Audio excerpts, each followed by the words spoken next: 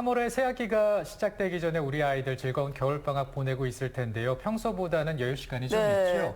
이런 시간에 스마트폰도 하고 인터넷 게임도 많이 한다고 합니다. 네, 그렇습니다. 이런 스마트폰 그리고 인터넷 중독은 모든 연령에서 나타날 수 있지만 뇌에 미치는 영향은 청소년들에게 심각하다고 하는데요. 그래서 오늘은 인터넷 그리고 스마트폰 과의존에서 슬기롭게 벗어나는 방법에 대해서 알아보겠습니다. 네, 도움 말씀을 위해서 충북 스마트 쉼센터의 강영복 수석 상담사와 함께하겠습니다. 어서 오십시오. 안녕하세요. 네, 스마트폰 과의존이라고 하니까 사실 저희도 돌아보게 되고 성인인 우리도 맞아요. 좀 자유롭지가 않구나 이런 생각을 하게 되더라고요.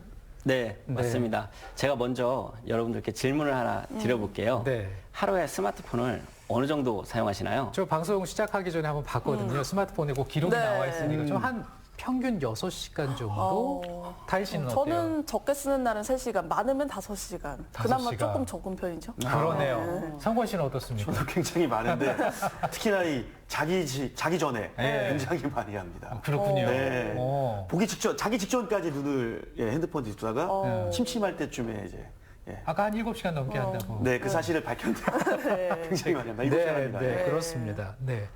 네, 사실 성인분들도 한번 빠지면 나오기 어려운 게 사실입니다. 네, 네. 더더군다나 아이들은 얼마나 어렵겠습니까? 그렇죠. 네. 근데 부모님들 중에는 자녀가 스마트폰을 많이 쓴다고 화를 내거나 그냥 다그치는 경우들이 많은데요. 그렇게 하시기보다는 아이가 왜 스마트폰을 많이 쓰는지 이해하고 좀 더 살펴보는 그런 시간이 필요할 것 같습니다. 네, 이야기를 듣고 보니까 정말 그렇다 싶은데요. 네. 저희도 심심하면 틈만 나면 핸드폰을 보면서 아이들에게만 하지 마라, 보지 마라 이러면 안 되겠다 이런 생각이 듭니다. 근데 선생님 일단은 스마트폰 과의존 어떤 상태를 말을 하는 건가요? 네, 스마트폰 과의존이란 과도한 스마트폰 사용으로 스마트폰에 대한 현저성이 증가하고 이용 조절력이 감소하여 문제적 결과를 경험하는 상태를 의미합니다. 여기서 현저성과 조절 실패, 문제적 결과란 단어가 매우 생소하실 텐데요. 구체적으로 설명해 드리면 현저성은 개인의 삶에서 스마트폰을 이용하는 생활 패턴이 다른 형태들보다 두드러지게 나타나는 것을 말합니다. 조절 실패는 이용자의 주관적 목표 대비 스마트폰 이용에 대한 자율적 조절 능력이 떨어지는 것을 말합니다. 문제적 결과는 스마트폰 사용으로 신체적, 심리적, 사회적으로 부정적인 결과를 경험함에도 불구하고 스마트폰을 지속적으로 이용하는 것을 말합니다. 이 세 가지 중 한 가지라도 해당이 된다면 과의존을 의심해 볼 수 있습니다. 그렇군요. 야, 근데 우리가 이 스마트폰 때문에 정말 편한 세상에 살고 있지 않겠습니까? 근데 오늘 이야기하는 이 과의존이라든지 이 디지털 치매, 그리고 뭐 스마트폰을 막 걸으면서 사고가 나는 이 스몬비라든지 여러 부작용들이 조금 발생되고 있는 사실인데요. 청소년의 경우에는 주로 어떤 식으로 과의존 증상이 나타날까요? 네, 청소년들의 경우에는 좀 더 자극적인 정보에 빠지기 쉬운 성향이 있습니다. 네. 그러다 보니 성인과는 조금 다른 과의존 증상들이 있습니다. 잠들기 전까지 동영상 플랫폼에 자극적인 영상과 쇼츠를 시청하는 경우가 많습니다. 이런 경우에는 잠을 늦게까지 자거나 자지 못하거나 또는 충분한 수면을 취하지 못하여서 지각하거나 결석하는 경우들이 많습니다. 네, 네. 또 하루 중 스마트폰을 손에서 놓는 경우가 거의 없기 때문에 길을 걷는 중에도 교통사고의 위험이 매우 높습니다.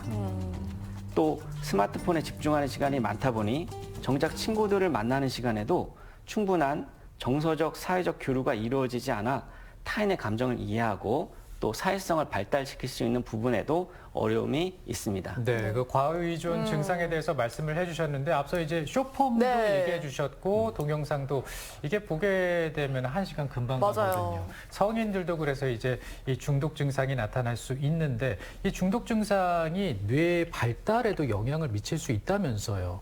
네, 자극적인 정보에 저희 두뇌가 많이 노출될 경우에 전두엽에 상당한 영향을 미칩니다. 그래서 아직 전두엽이 다 발달되지 않은 아이들 같은 경우에는 두뇌 발달에 악영향을 주는데요. 특히 전두엽 같은 경우에는 기억력, 사고력, 문제 해결과 같은 매우 중요한 두뇌의 기능을 담당하는 기관입니다. 그래서 이 부분이 제대로 발달이 되지 않을 경우에는 충동 조절, 감정 조절이 어려움이 있습니다. 그래서 이런 경우에는 성인이 되어서도 뭐 도박, 알코올, 마약과 같은 자극적인 거에 쉽게 빠지는 감각 추구 성향의 성인이 될 수도 있습니다. 네. 그래서 자극적인 정보에 과다 노출이 될 경우에는 두뇌에도 나중에 내성이 생기거든요. 그러면은 더 두뇌에 활력이 떨어지고 또 강한 자극을 필요로 하기 때문에 계속 악순환이 반복될 수 있습니다. 그렇군요. 네. 그런데 과의존에서 한 단계 더 나아가면 게임이나 온라인 도박에 빠지면서 빚을 지는 학생들도 있다고 하더라고요. 네, 아무래도 스마트폰을 할 수 있는 접속 환경이 너무 좋다 보니까 쉽게 게임과 온라인 도박을 접하게 되는 것 같습니다. 네네. 예전에는 게임을 통해서 아이템을 현금으로 사는 경우가 많았다면 최근에는 확률형 아이템 게임으로 과도한 현금 지출과 사행성 분위기를 조정하고 있는 게 현실입니다. 특히 온라인 도박의 경우 학생임에도 불구하고 1,000만 원, 2천만 원 이상의 빚을 지는 경우가 많은데요. 더 큰 문제는 빚으로 인해서 절도, 사기와 같은 2차 범죄로 이어지는 경우가 늘어나고 있어 사회 문제가 되고 있습니다. 우리 아이가 이런 문제에 빠지면은 부모님들이 걱정이 좀 이만저만 아닐 것 같습니다. 이 가정에서는 어떻게 좀 지도를 해주면 좋을까요? 네, 사실 가장 좋은 거는 부모님이 좋은 역할 모델의 모습을 보여주는 것입니다. 네네. 부모님들이 스마트폰을 너무 자주 사용하는 모습을 보이다 보면 자녀 스스로도 아, 저렇게 스마트폰을 많이 사용해도 되는구나 라고 하는 잘못된 인식을 갖게 되기가 쉽습니다. 그래서 가족 내 사용 규칙을 정하는 게 중요한데요. 예를 들어서 뭐 공부하는 시간이라든지 또는 식사 시간, 잠자는 시간, 잠자기 30분 전에는 스마트폰을 사용하지 않는다라고 하는 사용 규칙을 정하는 게 중요합니다.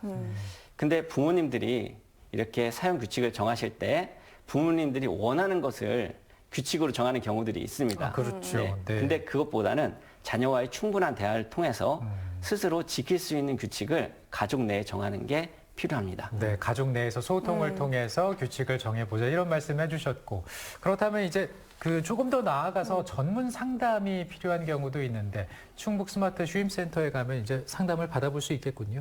네. 네. 과도한 스마트폰 사용으로 스마트폰에 과의존을 겪고 계시다면 주저하지 마시고 스마트 휴임센터 대표 전화번호 1599-0075로 연락 주시기 바랍니다.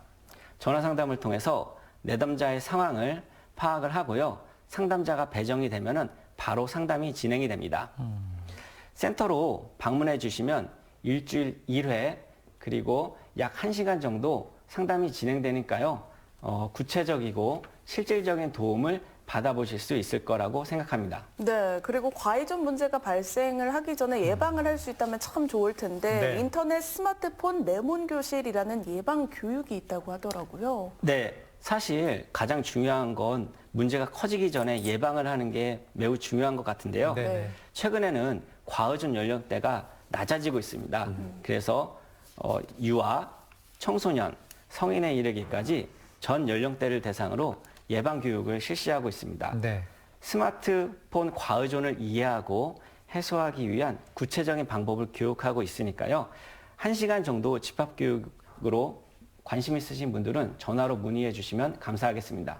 알겠습니다. 우리 아이들이 이제 겨울 방학 기간 동안 조금 더 건강하게 보낼 수 있도록 스마트폰 내려놓고 네. 말이죠. 우리 어른들의 도움이 필요하지 않나라는 생각이 드네요. 오늘 잘 들었습니다. 네, 감사합니다. 성호 씨 오늘 고맙습니다. 네, 감사합니다. 오늘 초콜릿 드시는 분들 아마 많지 않을까 싶습니다. 이왕 드실 거면 좀 건강하게 드셔야 되죠. 어떤 방법이 있을까요? 네, 카카오 함량이 높은 다크 초콜릿이 항산화 효과가 높다고 합니다. 네. 견과류와 함께 먹거나 과일과 함께 먹으면 좋다고 하는데요. 너무 많이 먹으면 혈당이 높아질 수 있으니까 적당히 드셔야 한다는 점 조심해 주시기 바랍니다. 네, 과유불급입니다. 자, 주말까지 건강하게 또 따뜻하게 보내시고요. 저희는 다음 주에 또 생방송으로 인사드리겠습니다. 고맙습니다.